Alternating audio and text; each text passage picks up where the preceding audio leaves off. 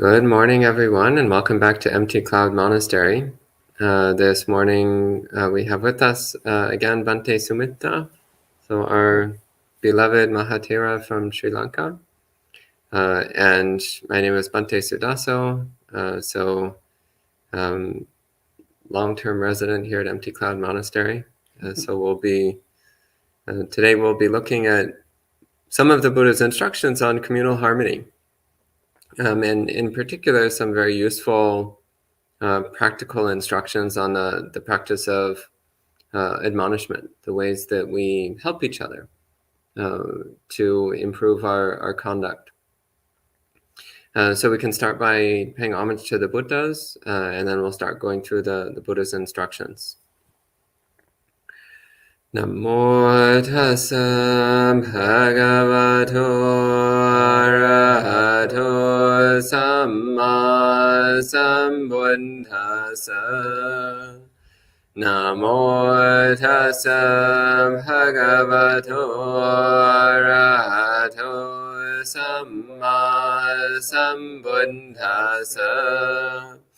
Namo tassa bhagavato arahato samma sambuddhassa. Buddhang dhammang sanghang namasami.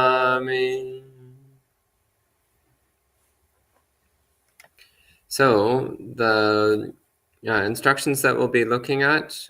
So first are the 5 guidelines on giving admonishment from the Codaka Sutta, and then the instructions on receiving admonishment from the Anumana Sutta. Maybe I'll start by just reading through the 5 on giving admonishment, and we can talk about it a little bit, and then we can go on to the instructions on receiving admonishment. So this is from Anguttara Nikaya, chapter 5, sutta number 167, the Codaka Sutta. The first line, it says, Chodakena bhikkhuna parang chodetu kamena panchadhamme ajjatang uppatthapetva paro chodetabo, which is translated here as, a monastic who wishes to admonish another should first establish 5 resolutions. And the first one, Kalena vakami no akalena. So I will speak at a proper time, not an improper time. Second one, bhutena vakami no abhutena. I will speak truthfully, not untruthfully. Third one, sanhena vakami no parusena. I will speak gently, not harshly. The fourth one, atta sanghitena vakami no anatta sanghitena. I will speak beneficially, not unbeneficially. So atta here, by the way, can also mean goal. So not just benefit, but also goal. And sometimes in the suttas, the word atta is used to mean the final goal of Buddhist practice. So it's sometimes used to mean awakening, liberation of the heart. And the fifth one, metta citta vakami no dosantaro. It says, I will speak with a mind of loving kindness, not with malice. And actually, malice is perhaps not the best translation for dosantaro. Dosantaro literally means with dosa inside. So with any kind of aversion inside. So I will speak with a mind of loving kindness, not with any kind of, not whenever there's any aversion or negativity inside. And then the Buddha reiterates, Chodakena bhikkhuna parang chodetu kamena ime panchadhamme ajjatang uppatthapetva paro chodetabo. A monastic who wishes to admonish another should first establish these 5 resolutions. So these are the 5 instructions that the Buddha gives. 5 very practical ways of considering before we want to give any kind of constructive advice to another person. Then we should always reflect upon these 5 points. So maybe we can look more closely at these 5 points. Do you have any comments you want to make on these 5 points? I think these 5 points, if we take even one by one, they are all so wonderful and so modern, I would say. Anytime anyone can use these points in any judicial system, if you use this thing, I think that will give so much good balance to the judgment. A lot of people are trying to find loopholes or trying to take undue advantages by using maybe um, different logics. But over here we can see how the loving kindness and also not harming anyone, you can help each other. So giving admonishment is very important uh, on the basis of how pure you are within yourself. This way, this can be an exemplary sutta that we can use more in the modern day judicial system, I would say, court systems and lawyers, judges, and they all can use these beautiful principles like five principles, five precepts. Yeah. Yeah, and these 5 principles of how to properly give advice or criticism to another person, these are extremely important in actually in every part of our lives, but especially in community life. So often what happens is that we match 1 or 2 of these 5 and we think that's good enough. And we go ahead and say whatever we want to say. But the Buddha is very clear that we should have all 5 of these before we advise or criticize another person. So actually the first one, I will speak at a proper time, not an improper time. This is actually really important because the Buddha here is pointing to the fact that we need to really consider when and where we're saying something. So for example, if somebody's sick or stressed out, or they're in the middle of a complicated activity, or they're in front of a group of people where they might be embarrassed by what you're going to say, those are all examples where it's not the right time. So really trying to consider what the right time and place is before bringing up any kind of criticism towards another person. And the next one, I will speak truthfully, not untruthfully. This is actually the most basic one, which is that we always say what's true. And this also is complicated because sometimes we think what we're going to say is correct, but we need to really evaluate more closely. Is it actually true, or is it just our opinion or our viewpoint? Is it possible that we have some information wrong here? Maybe we really believe that things should be a certain way, but is that necessarily true? Does it actually need to be that way?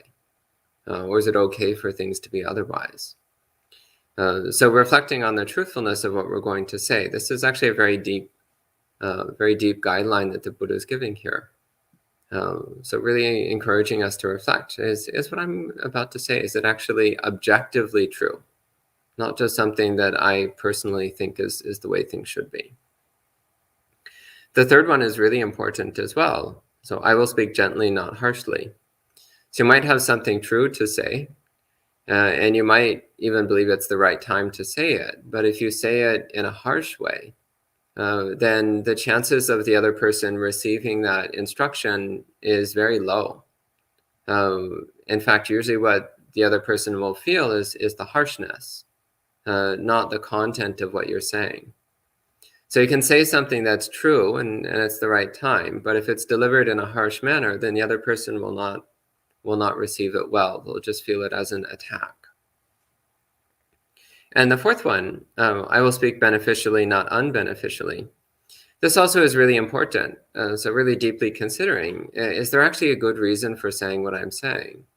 Is it going to bring benefit to all the people involved?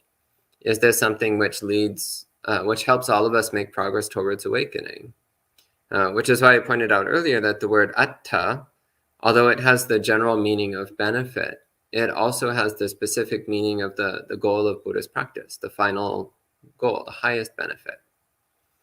So it's not necessarily talking about a 1% increase in your bank account, but rather it's talking about making progress towards awakening. So always reflecting, like, okay, so maybe you have something true to say. Maybe you believe it's the right time. Maybe you're able to say it gently. But you stop and reflect and you're like, well, is it actually really necessary? Is it really beneficial? Is this really going to help the people involved progress towards awakening? And if the answer is no, it's not really that important, it's not really that beneficial, then you don't say anything. There's not really any point. And then the fifth one, this is similar to the third one. So the fifth one is, I will speak with a mind of loving kindness, not with inner aversion or inner irritation. So dosantaro, so not with any dosa inside. So here also the Buddha is encouraging us with two things. One was to make an effort to establish a mind of metta, and the other is to really closely examine our own state of mind, to check to see, do we have any dosa in our mind? And if we do, then we shouldn't say anything. So even if we think we're speaking gently, if there's any dosa inside our mind, then at a bare minimum, we're fueling our own defilement by acting with that dosa, with that aversion. And again, just as with speaking harshly, if we're speaking with any kind of inner dosa, then there's a good chance that it's going to poison our words. It's going to poison our communication, which then will make whatever advice we're offering, it will be tainted by that. We might say things which are a little bit too much, a little bit too harmful, a little bit too hurtful. Again, it's the Buddha is giving a very important instruction here. So establish a mind of metta, but also really closely check and make sure that we're not harboring any kind of dosa when we're about to offer any kind of criticism. So those are a few thoughts on these. Do you have anything you'd like to add before we go to the next? I think we can also connect this to Samma Vacha, right? Right speech, where we talk about the verbal misbehaviors. No musavada, parusavacha, and pisunavacha, and sampapalapa. So musavada is telling lies, false speech. So we abstain from false speech when we involving giving admonishment. And parusavacha, definitely, we have it here again, harsh speech. We do not use harsh speech when we give admonishment. Even otherwise, we try to avoid harsh speech as much as we can. And then pisunavacha, again, try to break some beautiful relationship between some good friends. That again is the wrong ulterior motive that one can have. It can bring so much negativity between those two. So again, the wrong intention, ulterior motive plays a vital role here. So getting rid of that pisunavacha. And then the sampapalapa, again here it says, do we really need to talk about this? It is really useful. It is really helpful when we talk about this, when we discuss about this. It can benefit myself and it can benefit the other person. That is why we need to start working on this. And I also would like to mention that we have something called Kamayachana, right? In Kamayachana, we say, Kayena vacha chittena pamadena maya katang achayang kamame bhante bhuri panya tathagata. If by mistake, if I have done something wrong in my mind, in my word, or in my action, I would like to seek forgiveness from the Buddha Dhamma Sangha. We can also do the same thing from someone else if we have done something wrong, some mistake. Mistakes are bound to happen. To err is human. To forgive is divine. So we might do something to someone even by mistake, then we accept it. I am humble enough to accept my fault, my mistake, and then I seek forgiveness. I think start from the Buddha Dhamma Sangha, and then also from our teachers, elders, and also our colleagues, our sub-brahmachari, what we call those fellow practitioners. When we live together, things can happen sometimes once in a while. So we can talk about this. We can work on this. We have to accept and be humble. Therefore, we can progress our path in a more meaningful manner. Great, thank you. So I think at this point we can move on to the Buddha's instructions on receiving admonishment. And this is much longer than the Buddha's instructions on giving admonishment. So both of these are really important.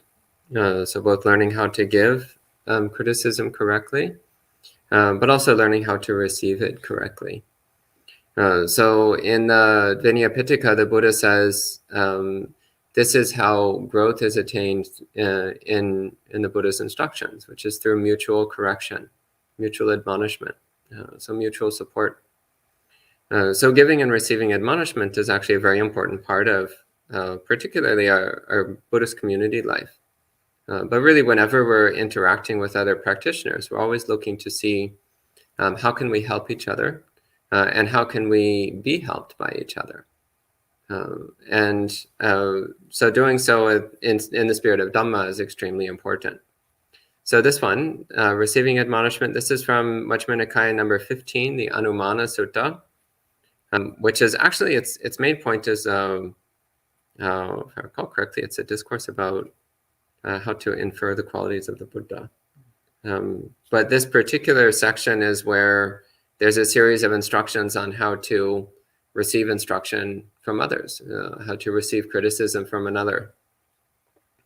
And it takes the form of a series of resolutions. So one makes these determinations as before one is criticized, one makes these determinations of how to keep one's mind pure. Because often what happens when we receive criticism is we get defensive, or we get upset, or we take it personally, or we react. So by establishing these resolutions, then it's easier for us to receive advice and criticism from others. So the first one says, Napapicho bhavesami, napapikanang ichanang vasangato. I will not have harmful wishes, and I will not submit to the power of harmful wishes. The next one, Anattu kangsako bhavesami aparavambi. I will not praise myself or disparage others. Nakodano bhavesami nakoda bibuto. I will not be angry and overcome by anger. Nakodano bhavesami nakoda hetu upanahi. I will not be angry and resentful because of that anger. Nakodano bhavesami nakoda hetu abhisangi. I will not be angry and obstinate because of that anger. Nakodano bhavesami nakoda samanta vachang nichare sami. I will not be angry and make statements based on anger. So here we have 4 in a row, which are all about anger, because actually it's very common to get angry when criticized by other people. So the Buddha is really emphasizing, like, not to let ourselves be overcome by anger, not to become resentful because of our anger, not to be stubborn because of anger, and not to make statements based on anger. So again, coming back to what we just gave in the 5 instructions on giving admonishment, the importance of speaking gently and not speaking with any kind of dosa in the mind. So similarly here, the Buddha is saying that if we have anger, then we should be careful that we don't say anything based on that anger. Then the Buddha gives a series here on when criticized. So Chodito chodakena chodakang napati parisami. When criticized, I will not reject the criticism. Chodito chodakena chodakang na apasade sami. When criticized, I will not insult the criticizer. I always found this one really amusing. Chodito chodakena chodakang napacha rope sami. When criticized, I will not respond with criticism of the criticizer. Chodito chodakena na anye nanyang paticharesami, na bahidda katang apaname sami. When criticized, I will not divert the conversation or speak about unrelated things. Chodito chodakena na kopancha dosancha apacha yancha patukursami. When criticized, I will not display anger, hatred, or sulkiness. Chodito chodakena apadane sampaya sami. When criticized, I will heed the advice. Amaki bhavisami apalasi. I will not be denigrating or malicious. Anisuki bhavisami amachari. I will not be envious or stingy. Asato bhavisami amayavi. I will not be fraudulent or deceitful. Attaddo bhavisami anatimani. I will not be stubborn or conceited. Asanditi paramasi bhavisami anadana gahi supatinisagi. I will not hold tightly to my opinions, and I will relinquish them easily. So here the Buddha gives a series of very clear instructions on the proper frame of mind to have whenever receiving any kind of admonishment or advice or criticism from another person. So maybe Bhante, would you like to say a bit about some of these? I think the first few, as Bhante Suddhaso already mentioned, how important it is to be full of compassion, loving kindness when we have receiving admonishment, giving and also receiving, because of our ego, we have difficulty in accepting others' advices. Sometimes admonishment, we don't want to sometimes hear from the others, like when somebody gives advices, um, because of our ego, maybe due to many reasons, maybe social status, maybe your education, maybe your money or whatever.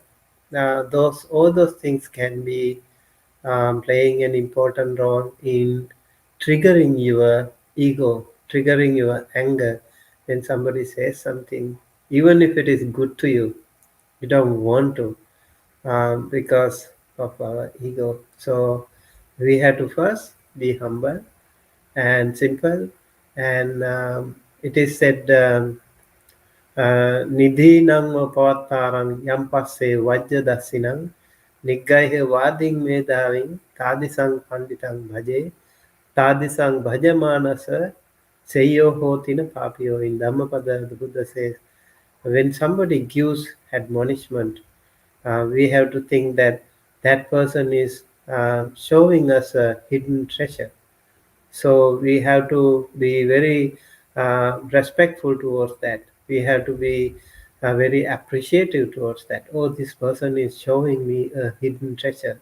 So that if someone is admonishing us, if someone is advising us, you do this thing and you do that thing, and then we have to associate with such wonderful friends. They are the people um, who can show us the right path. And rather than, sometimes people, um, mm, to the face, they don't want to say something bad. They always maybe butter you, something, oh, you are always good, you're always good. And try not to say something negative.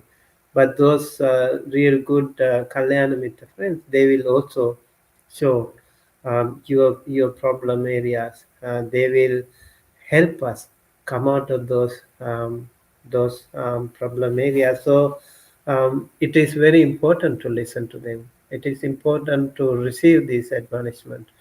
So in doing so, it's important to have loving kindness, humbleness. All these things are very much in line with those Samavacha, right speech, and also loving kindness, and simplicity and humility that we all need to work on. In a nutshell, I think these two suttas we should recite every single day, along with, especially for monks, it is important, and even for other people. These things can be very, very helpful for us to grow um, in our spiritual path.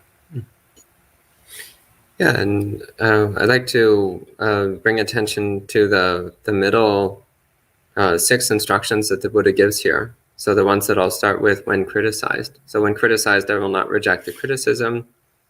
I will not insult the criticizer. I will not respond with criticism of the criticizer. I will not divert the conversation. I will not display anger, hatred, or sulkiness, and I will heed the advice. So these are all pointing to the tendencies that we have to react negatively whenever we're criticized. So when criticized, we might immediately reject the criticism.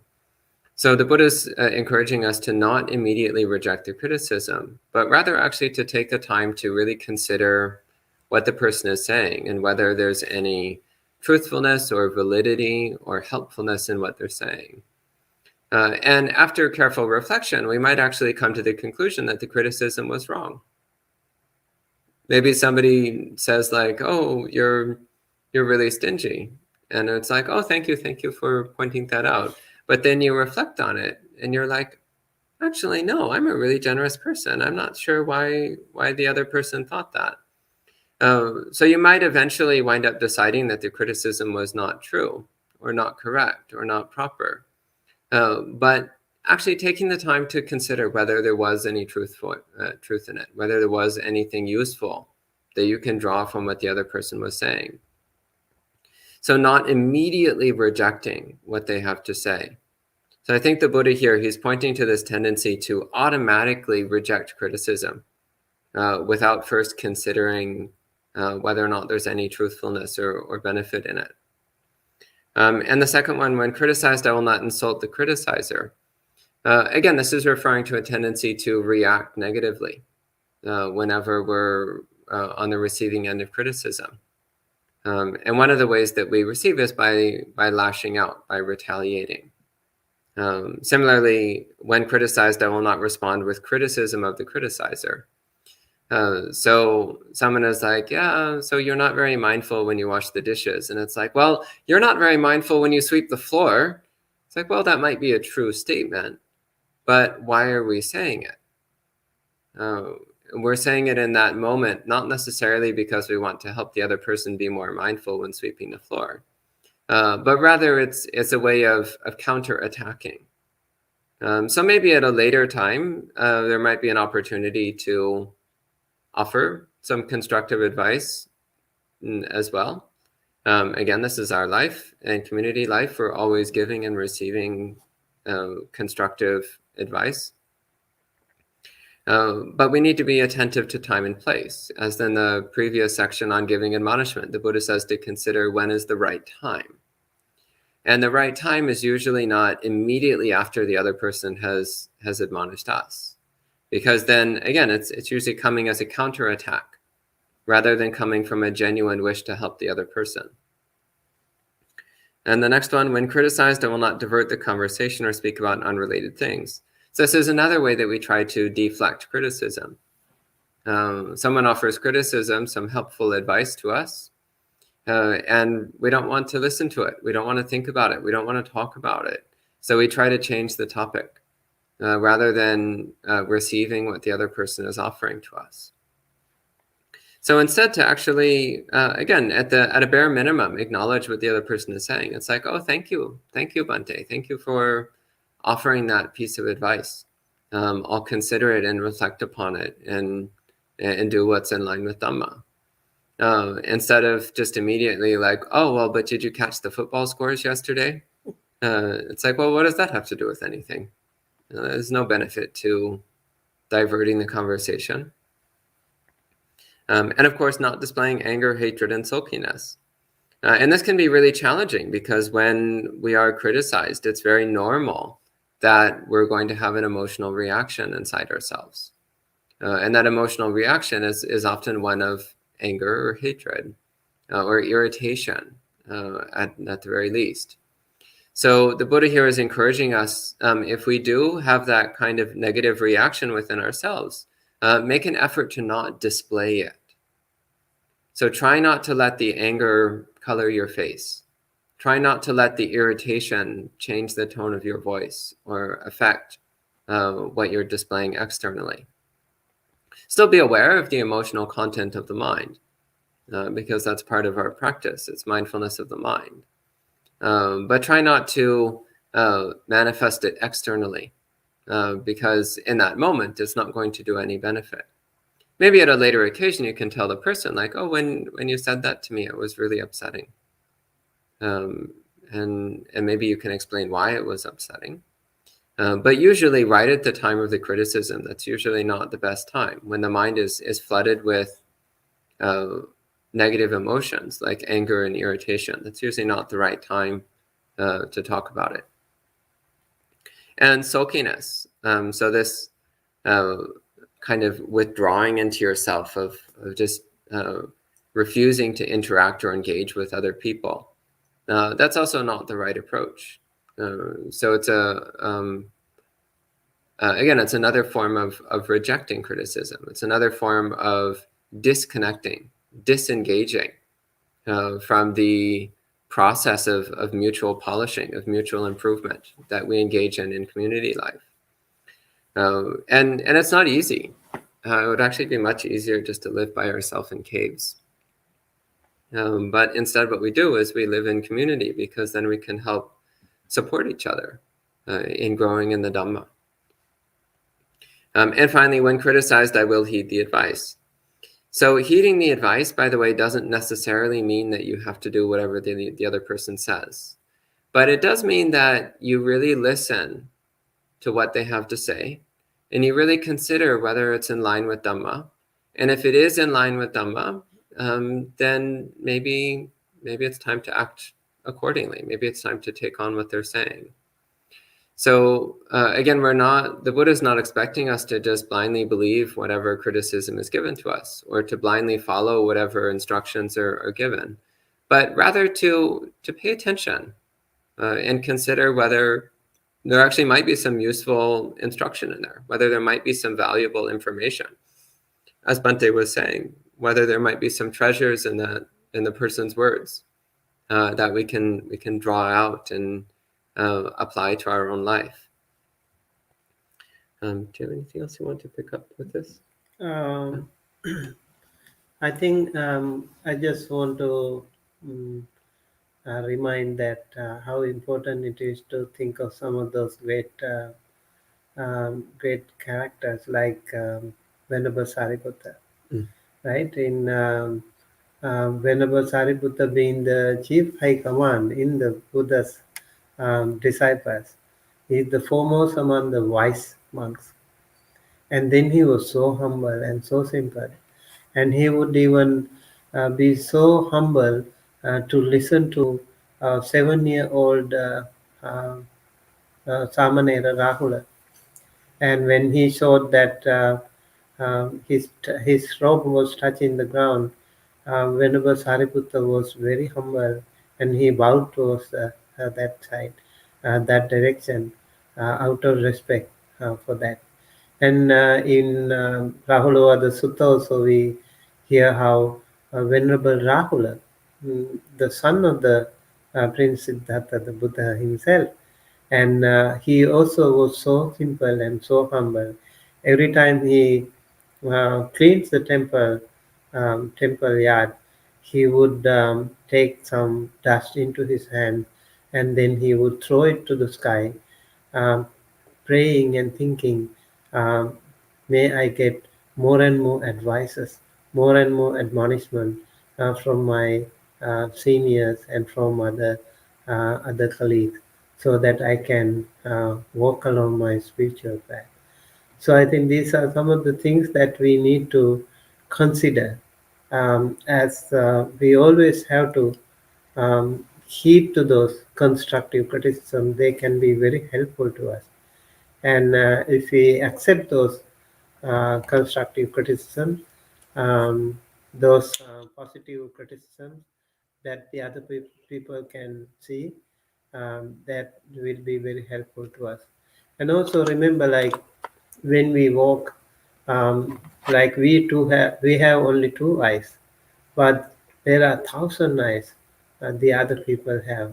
So they might look into us in so many different angles, and so there can be more opportunities for us to learn from them, listen to them, and receive those admonishment, and see if we can improve our practice.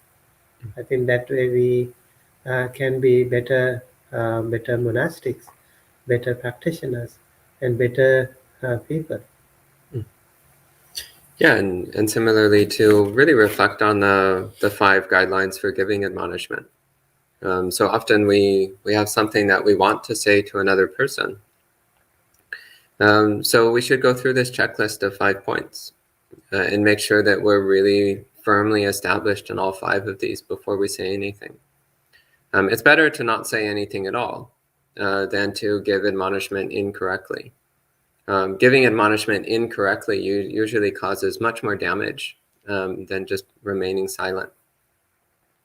But if you can really firmly commit to all 5 points and able to follow all 5 points, then giving admonishment is a gift. It's a gift to another person because you're trying to help them improve in their practice.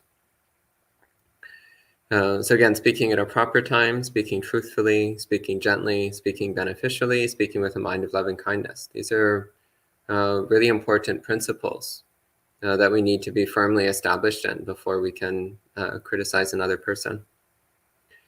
So I think maybe that's enough on these. So we can say 3 sadhus to respect the Buddha's instructions. Sadhu, sadhu, sadhu.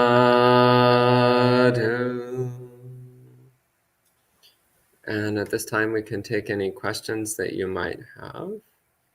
So first off, hello to everyone who's joining in. So hello to Sud, Melissa, Jayanta, Raman, Matthias, Kumu, CK, Rahul, Yet, Patricia, Som, Tanyutat,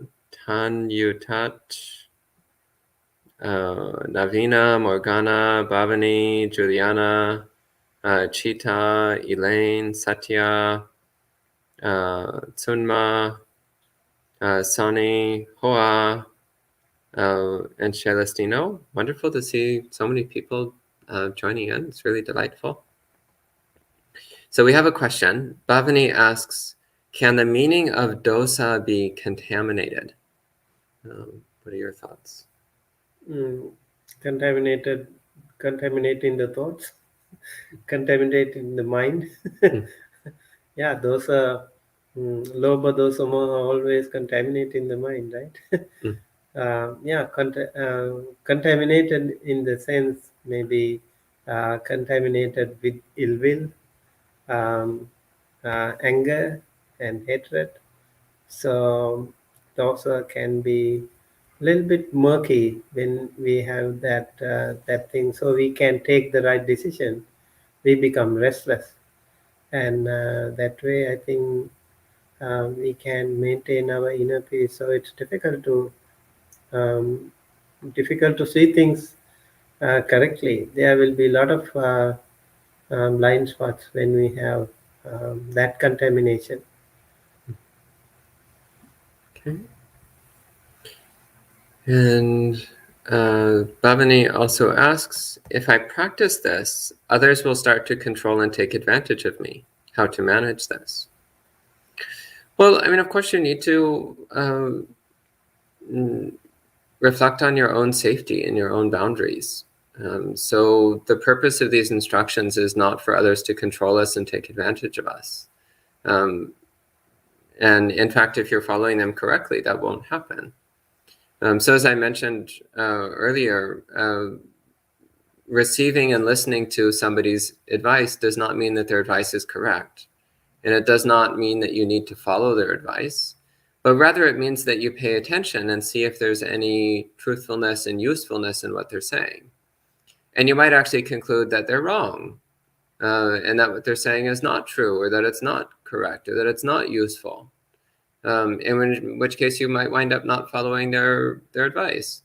But the point is not to immediately react to what they're saying, but rather to actually pay attention and consider whether what they're saying is useful or relevant or appropriate. So it's not about letting others control us. That's not the point. And also keeping in mind that these instructions are particularly relevant for Buddhist practitioners when relating to each other. So it's also starting from the place of people who are both committed to the Dhamma and are both interested in attaining the highest of the Buddhist path and interested in helping each other attain the highest of the Buddhist path. So then there's already some basic common ground of a shared goal and some understanding of shared methodology in reaching that goal.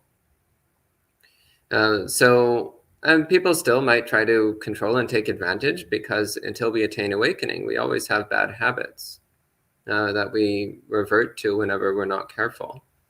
But optimally, again, we're starting from the place of we're both Buddhist practitioners, and we both want to attain awakening, and we want to help each other progress towards awakening. So that makes it a little bit easier. These instructions still apply when dealing with non-Buddhist people, by the way. You just need to be a bit more careful, because people who are not committed to the Buddhist path are more likely to be offering criticism from a negative place or from an unwholesome place. So you do need to be attentive to that, because, yeah, again, you might consider what the person is saying and then conclude, actually, I shouldn't be following this advice. Or another criticism is not in line with Dhamma. And this does happen. Even within Buddhist circles, somebody might offer criticism and you reflect and you're like, actually, that's not in line with the Dhamma. So then you don't follow their advice. Our number one commitment is always to the Dhamma. And we take the advice and criticism of others always within the context of Dhamma. So in this way, you won't be controlled by others or taken advantage of, because ultimately your refuge is in the Dhamma, not in the specific words of any particular unawakened person. And Sud asks, how does one deal with criticism of those who you might think don't deserve the criticism, but are being criticized in front of you? What do you think, Bhante? So you see someone being criticized and you think that person doesn't deserve it. Yeah, it's how you react to that situation, right? Even if you are criticized by the others, even if you are not, even if you don't deserve, maybe that's a good. If you take it positively, maybe it's also a way for you to practice and think when others criticize, how do you react to those situations? How do you judge? And how not to still lose your inner peace and take whatever you can to continue your spiritual path. I think that will be okay. And also maybe sometimes when the other person is accusing or admonishing you, if you listen to it carefully and patiently, that person's anger will be gone too. Whether you accept it or not, you just listen to it patiently, and you are in a way helping the other person too, right? So I think um, yeah, it is it can be helpful in many ways if you take it in the right way. Yeah, and when it's somebody else who you think is being criticized incorrectly, yeah, you need to evaluate the situation and see if there is a way for you to interject and cool things down, then you might do so. But often it's better to handle these things afterwards. So afterwards, to talk to the person on the receiving end of the criticism and ask them how they felt about it, what support you can offer, And then if you do have an opportunity to go and talk to the person who is criticizing and let them know that you felt that what they were doing was not correct. In which case you need to follow the instructions on giving admonishment very carefully. But yeah, then you can go and say, well, actually, I don't really think what you said to the other person was truthful, or I don't think what you said was beneficial, or I think the criticism you offered was a little too harsh and it just hurt the person's feelings. So you do have an opportunity when you're a third-party observer. You have the opportunity to help both people, both the person who's giving criticism and also the person who's receiving it. But when doing so, you need to follow the Buddha's advice here. The Buddha's advice is extremely practical and very relevant. So then I would like to add, go ahead. like when somebody you see, if you are a third party, you are looking at someone, two people, maybe arguing, criticizing, or whatever, and then maybe one of the most important things that you can do is to send loving kindness to those people. If you can be so assertive and help them calm down, that is so much the better. Maybe if you think you are a minor or you are not in a position to come in between, intervene that situation, then you can still do in your own good heart, pure intention. May they be well, happy, healthy. That way you can send lot of good vibe, lot of good positive energy to that situation to calm things down. Thank you. Then Kui asks how to overcome anxiety. That's a good question, but off topic. So I recommend bringing that to Monk Chat this evening. So our Friday evening Monk Chat is your chance to ask all the off-topic questions. So bring that this evening, please. Then Celestino asks,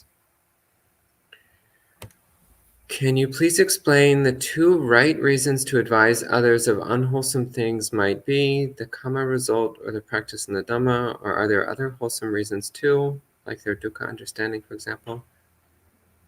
I really don't understand what you're asking. I'm sorry. Two right reasons to advise others might be the karma result or the practice in the Dhamma. I don't understand. Do you understand what this question is asking? I think it's good if we can, if she or who can reword it, right? Yeah, if you can reword your question, that might be helpful. Then Jerry asks, can you please repeat where in the Pali Canon these instructions reside? Yes. So I'll also type it in the live chat. But briefly, it's in Anguttara Nikaya, chapter 5, sutra number 167, and Majjhima Nikaya, number 15. So those are the where these instructions are drawn from. These instructions are also found in other places in the Pali Canon, by the way. These are just two places where they're found. But the Buddha gave similar instructions in many places. And that's the end of the questions from online. Any questions from in person? No? Pretty straightforward stuff? Okay. So I think we can go ahead and end at this time. So we can end with 3 sadhus. Sadhu, sadhu, sadhu.